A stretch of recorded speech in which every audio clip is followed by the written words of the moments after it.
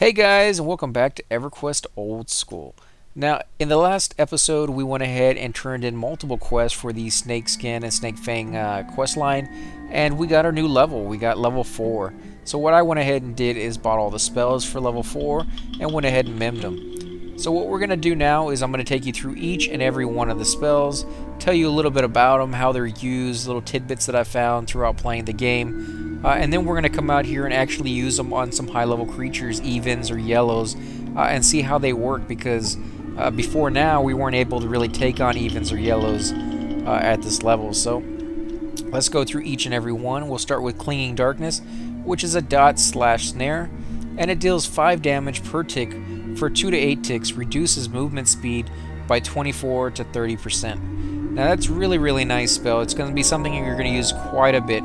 And now what that means by reducing movement speed is when a creature is damaged to a certain point, even the same thing happens to you when you're damaged to a certain point, it will reduce your speed of run. So instead of being able to run away from an enemy, you will be moving at like half capacity of that run, and then you get damaged a little bit more. Instead of your run being halfway, now you're walking. You get damaged a little bit more without dying, and your walk becomes a crawl. And then before long, you're not able to move at all, and then that's like right there on your line of being dead. What this does is cut out the middleman. So instead of having it where the enemy will run away, you cast this on him, and he'll just basically be walking away. If he was going to walk away because his life is low, now he's crawling. And if he was going to crawl, obviously he'd be stuck in place, not able to move with this spell on him. And as the spell gets better and better at higher levels, you will cast it on him sooner, and he won't be able to run at all. It just stops him from running, period. Very nice little spell to have. As you can see, that guy's pretty low level. My pet killed him in just a few hits. And the reason it's really nice is not only does it snare, and like druids will get a snare that will do the exact same thing as this, but theirs doesn't have a dot included, and yours does. So very nice thing to have. Just add it in there with the little line of dots that you have. You can cast it at the very beginning or at the very end. You just want to make sure it doesn't wear off before the creature is low enough life to run away. Otherwise, you're going to miss out on that snare ability. Grim Aura is another line of spells that we get, which is a buff, and it's self-only.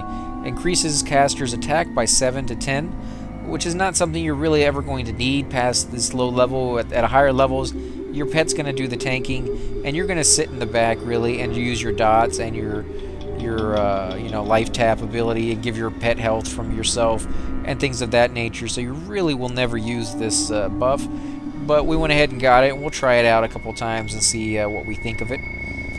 The next one is Leering Corpse, and it's a skeleton warrior level 3 to 5. This is your pet spell.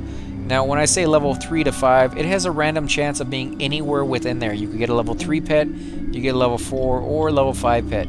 So if you're planning on taking on a name that you need that little extra something with your pet, you may have to cast your pet several times. Now remember, you go through bone chips every time you cast your pet, so it will be something that will add up over time, if you're going to have to sit there and do it over and over and over again. But eventually you will get a level 5 pet. It just may take you a few tries to do it.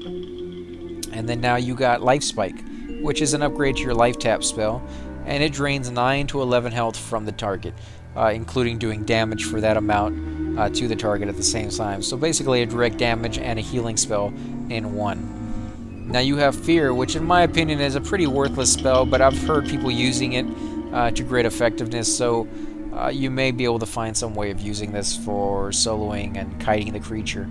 It's a debuff target, so you can target any one of the creatures and use it on them, and it's a single target Fear for 3 ticks.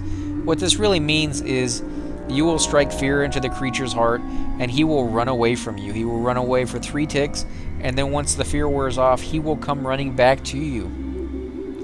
Kind of a sucky spell in my opinion, because if you ever use this in a dungeon, and by the way, don't ever use this in a dungeon, but if you did, the creature will run outside wherever you're at and pass all these mobs, and as soon as the last tick wears off and he comes back, he will bring every single creature he passes along with him. So if you fear him outside your room that your group is in, he'll come back with 50 or even 60 creatures and just wipe you guys out in a matter of seconds, if it even takes that long to kill everybody in the room. So don't ever use that inside of a dungeon. Outside of a dungeon, he will do the same thing, but to a lesser extent. Obviously, there's less things outside, like this zone, that are aggro. If he passes by a spider that's not aggro on his way back, the spider won't come back with him. But he will usually pick up 2 or 3 or sometimes even 4 creatures with him on his way back, which means if you were having trouble killing him in the first place, now he has friends with him, chances are you wouldn't be able to do it. So just be very, very careful with this spell. Your next one is Numb the Dead. It's a debuff target, lulls undead to reduce aggression.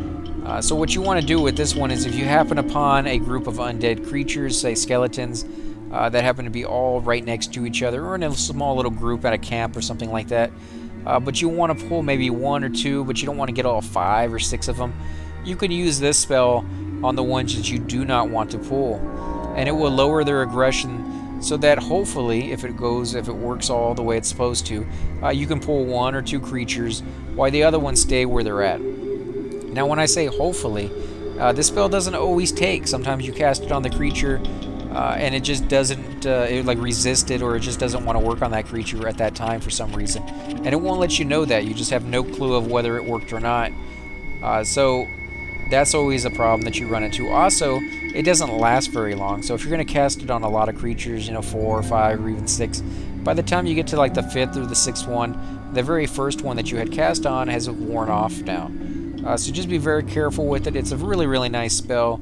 Not quite as nice as Lull that clerics and paladins get that work on any creature. This one only works on the dead, but it's still pretty nice in certain areas. So you may want to experiment with it and just try out and see what you can do. Enduring Cold is a buff target, so you can target anybody in your group or you just outside your group as well, and it increases cold resistance by 11 to 20. So if you're going to go to a zone like Permafrost and fight creatures who are casting, like ice bolts or, blizzard spells, anything that has to do with cold, cast this on yourself and on your pet and on your group members, and they'll take less damage from those type of spells. Poison Bolt, which is a dot poison. It deals 6 direct damage plus 5 per tick for 2 to 7 ticks. So it's a very fast acting poison.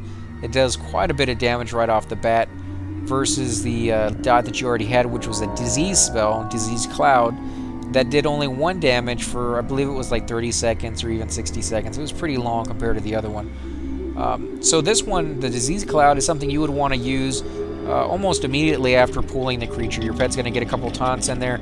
You could throw this on there, and since it doesn't really do any damage right off the bat, you don't have to worry about stealing aggro. Versus this one, the Poison Bolt, does damage right off the bat. It's a direct damage spell, and then it does a tremendous amount of damage over time. So this one, you would want to wait a few seconds, let your pet get a little bit more aggro than the other one, and then throw this on there. Otherwise, the creature's going to go straight for you. Now, there's 2 other spells that it didn't get just yet, which are Gate. It's a utility spell, and it teleports you to your bind point, something that you're going to be using a whole heck of a lot, so make sure that you get that. And this guy's even, so we're going to go ahead and try some of our new spells on this guy. Poison Bolt. See how that works. Did quite a bit of damage, went from 70, and you can see his life's going down. Go ahead and put Disease Cloud on him as well. And we'll put Clinging Darkness to see how slow he moves when he tries to run away, if he tries to run away at all. As you can see, he can't move. There he goes, trying to run away, and he's just very, very slow. Now, as I was saying, there's 2 more spells. Gate, this thing you definitely need to get. It's going to teleport you back to wherever your bind point is. You're going to use that all the time in the game, something that's best way for you to get around. And if you die, you can change your bind point later on as well. True North is the other spell that I didn't get. It's a utility spell, and it turns casters to face the north. It's a neat little spell to have, and it can come in handy every once in a while, but it's not something you're going to be using every day. It's just something you're going to have in your bag of tricks, basically, that you can pull out in the right situation. So let's go ahead and attack this tree snake, which happens to be yellow, and we're going to start off by sending our pet in.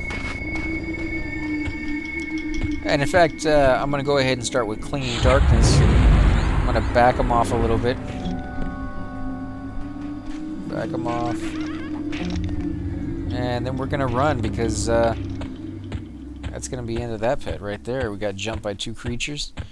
Again, guys, if you like these videos, please hit the like button, subscribe, leave a comment below, or as always, hit me up in game.